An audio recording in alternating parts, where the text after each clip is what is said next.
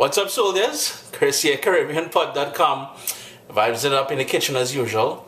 Fan on over my stove earlier there. I was cooking. Now the intro is usually shut after I do the video.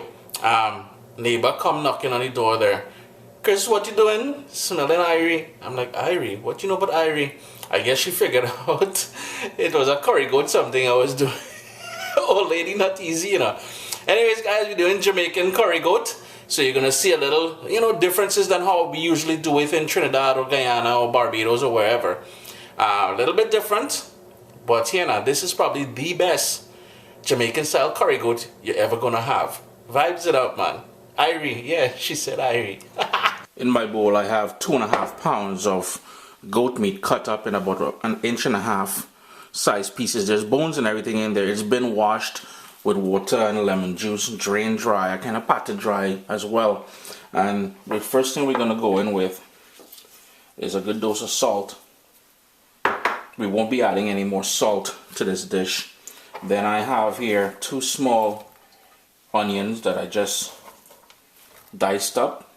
And the marinade is pretty simple. Later on we're going to be adding all the herbal notes and stuff like that to it as it slowly braises away and become nice and tender. Next up, now most times when people are doing Jamaican style curry goat, they would float that hot pepper in the pot and don't break it.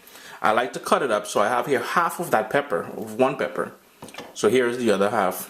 A couple seeds and everything, because I like the curry goat to have a nice little kick to it. Optional, but I would say nice. My favorite curry powder. And all you would do then is give this a good mix, cover it, and allow it to marinate. If you wanted to put some black pepper in here, you can certainly put some black pepper as well. But later on we will add the herbal notes, as I said. If you wanted to add a little bit of liquid to help this really get into all the cracks and grooves of the goat pieces, what I would recommend doing is going in with about 1 tablespoon of olive oil or something in here, just to help, like I said, let everything get coated nicely with that curry powder. Oh, we've got a big piece of goat here, boy.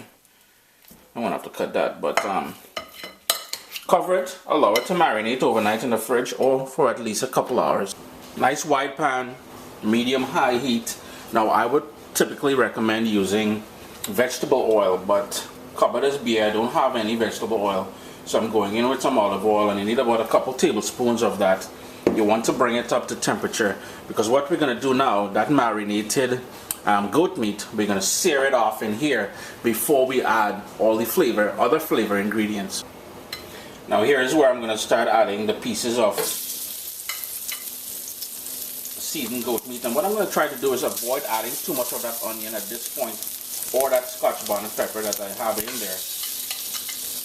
We will add everything a little bit later on, but you get the idea here. Keep adding the pieces of goat meat to the pot, moving it around, heat on medium-high.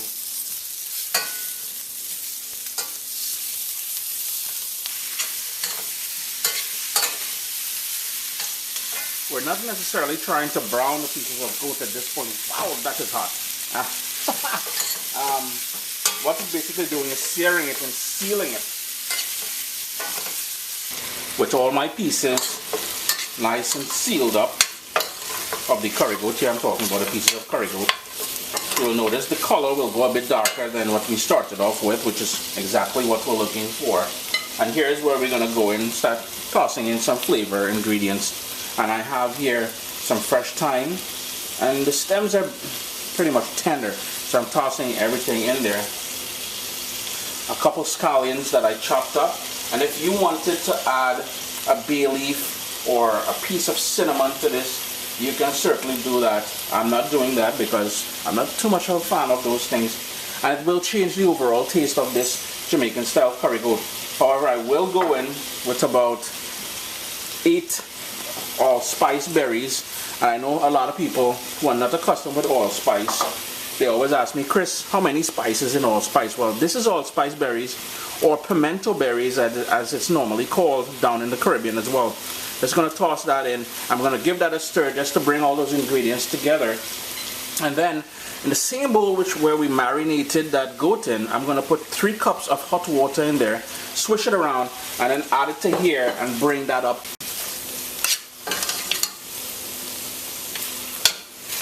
Here's that water I was talking about. And that is going to allow us to braise this goat until nice and tender, falling off the bone. Later on, we're going to add some potatoes, because that's how it's typically done in Jamaica, with curry goat with potatoes in there. You'd find, like in Guyana and Trinidad and stuff like that, we don't necessarily put potatoes in our curry goat. Bring that up to a boil. If you want to add a little pinch of brown sugar, it would be a good addition as well in here.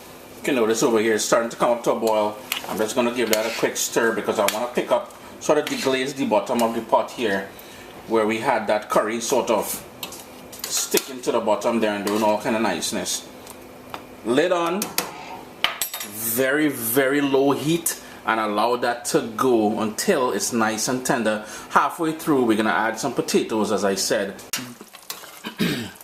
It's been going on that gentle sort of simmer for about an hour and a half, and I really want this to go fall off the bone tender.